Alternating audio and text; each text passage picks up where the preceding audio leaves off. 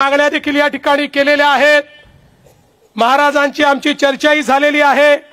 त्या संदर्भात जी योग्य कारवाई करायची आहे ती तर आम्ही करणारच आहोत, कारण आमचं सगळ्यांचंच मत आहे की महापुरुषांचा अपमान, छत्रपतींचा अपमान करणाऱ्याला तर टकमक टोकावरनच लोटून दिलं पाहिजे।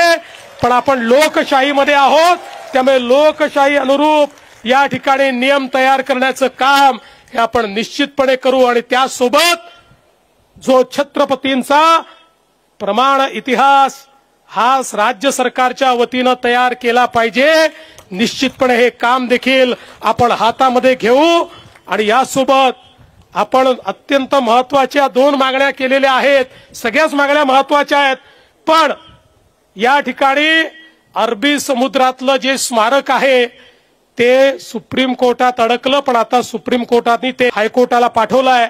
महाराज, आपण महाराजांचे मावळे आहोत, हार मानणार नाही। हायकोर्टामध्ये लढून ते स्मारक आम्ही त्या ठिकाणी मोकळं करून घेऊ आणि कुठल्याही परिस्थितीमध्ये छत्रपती शिवरायांचं हे स्मारक झालं पाहिजे, हा प्रयत्न आपला असेल।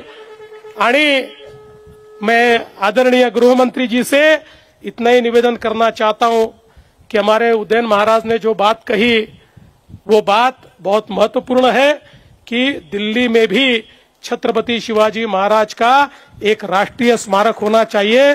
उसके लिए हम आपके पास आएंगे और आपकी मदद लेकर वहां पर उचित स्थान पर ये राष्ट्रीय स्मारक तैयार करने का हम प्रयास करेंगे।